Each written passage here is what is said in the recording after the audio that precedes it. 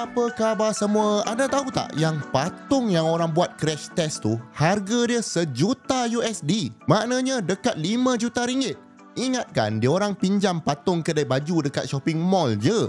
Rupanya mahal benda ni. Bukan sikit-sikit punya mahal, tapi mahal gila, even lagi mahal dari kereta yang diorang buat test tu. Jadi jom kita tengok kenapa patung ni mahal sangat dan berbaloi ke diorang spend duit banyak ni untuk buat crash test. Pertama sekali, patung untuk crash test ni nama mudah dia adalah crash test dummies. Dan benda ni adalah sejenis anthropomorphic test device ataupun ATD yang mana dia akan cuba simulate saiz badan manusia, berat manusia, cara manusia bergerak dan sebagainya waktu berlaku kemalangan.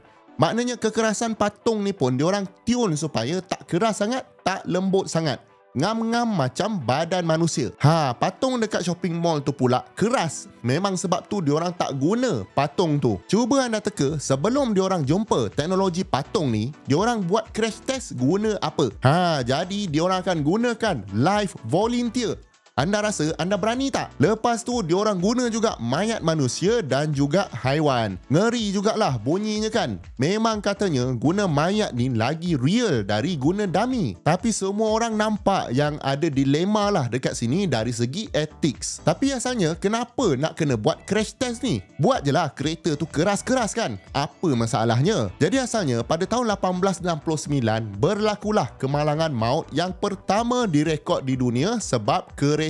Masa ni guna steam powered engine lagi sebab enjin guna petrol tu pun orang belum cipta lagi. Jadi mangsa tu pun bila berlaku kemalangan dia tercampak keluar kereta dan mati. Dan sejak dari tu memang orang dah mula ambil berat pasal safety.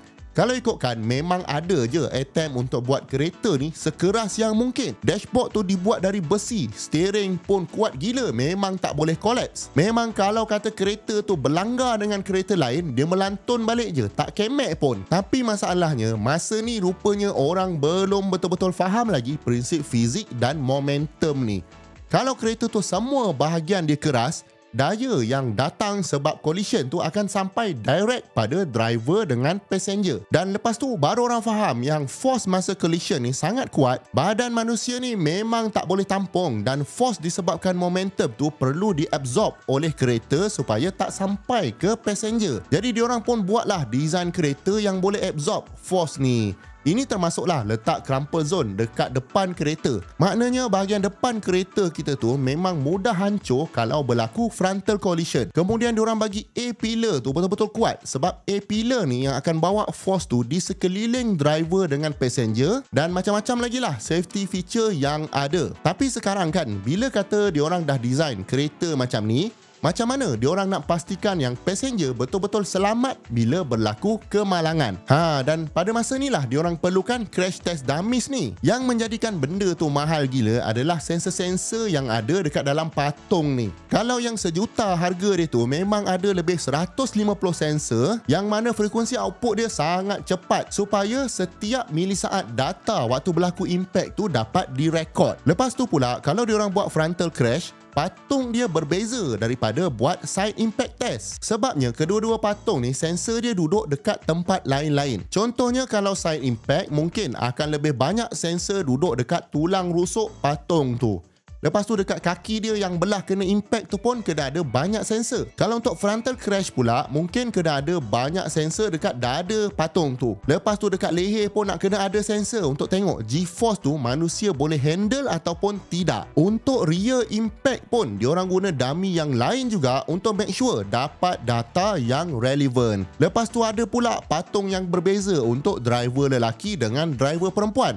Kalau perempuan ni, body patung tu kecil sikit dan waktu testing, diorang rapatkan sikit seat tu dengan steering sebab research diorang kata perempuan suka drive rapat dengan steering berbanding lelaki. Itu kalau jantina. Kemudian ada juga patung untuk kanak-kanak. Ada kanak-kanak kecil bawah 7 tahun contohnya dia buat body kecil dan masa test pun patung tu duduk dalam child seat. Untuk kanak-kanak yang besar sikit pun ada dan masa test tu budak yang besar tu tak duduklah atas child seat lagi. Diorang letak atas seat belakang. Pada masa yang sama diorang boleh juga test effectiveness seat belt rear passenger tu. Patung untuk mewakili orang tua pun ada sebenarnya dan macam-macam patung lagi lah dia buat untuk jadi crash test dummy ni.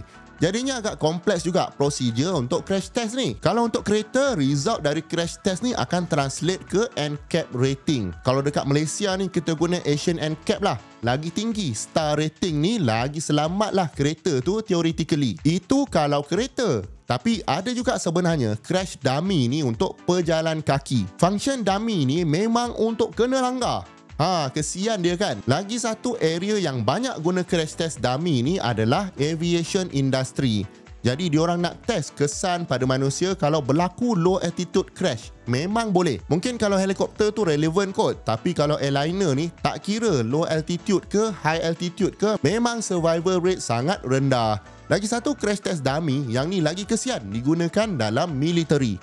Contohnya lah, diorang nak bina kereta perisai yang boleh lalu atas periuk api. Contohnya, bila baru siap buat kereta tu, memang tak ada lah askar yang sudi nak cuba boleh ke tidak lintas atas periuk api. Jadi diorang gunalah crash test dummy ni untuk test perisai tu okey ke tidak. Teruk ke injet kalau lalu atas periuk api ni? Kalau teruk, bolehlah diorang guna maklumat dari sensor-sensor tu untuk improve lagi design kereta berperisai tu, supaya bila betul-betul dekat padang nanti, tak ada kecederaan yang teruk akan berlaku pada askar-askar dekat dalam tu. Jadi saya bayangkan kalau sebiji patung ni harga $1 juta, nak pula simulate patung satu family, maknanya 2 dewasa, 2 kanak-kanak contohnya, banyak juga nak kena belanja untuk buat safety testing ni kan. Jadi diorang ikut regulation lah. Ada setengah tempat tak perlu guna patung yang latest and greatest ni. Jadi mungkin dekat situ boleh jimat duit sikit. Guna patung yang lama pun boleh. Tapi sebenarnya walaupun patung ni harga juta-juta, tapi kita boleh je gunakan dia berulang kali. Kalau tangan tercabut ke, kaki tercabut ke, boleh je kita fix balik. Dan tak perlu nak beli baru setiap kali nak test kereta baru. Sensor-sensor tu pun kalau damage boleh ganti dengan sensor baru, tak ada masalah. Dan nak test kereta pun kalau satu model tu hanya satu program saja. Mungkin kena korban 5 biji kereta macam tu, lepas tu dah settle buat model lain pula. Dan kereta yang dah lepas testing ni boleh dijual tak kira banyak mana unit pun. Maknanya setakat korban 5 biji kereta tu tak ada masalah bagi kereta-kereta yang mass produce ni. Kalau remake Nevera tu lain cerita. Nak buat satu pun mahal, ini kan nak kena crashkan pula kan. Dan effort untuk naikkan safety dalam kereta ni biasanya orang tak appreciate tau, sebab dia berlaku behind the scene. Lepas tu dia jarang sangat berlaku dan harapnya tak berlaku langsung kemalangan ni sepanjang anda punya ownership kereta. Cuma bila berlaku sekali accident, masa tu barulah kita appreciate effort dan testing yang diorang buat ni. Jadi saya harap anda dapat belajar banyak benda dalam video ni. Jadi jangan lupa subscribe dan jemput tonton banyak lagi video-video best dekat sini dengan dekat sini. Jumpa lagi di video yang akan datang. Assalamualaikum.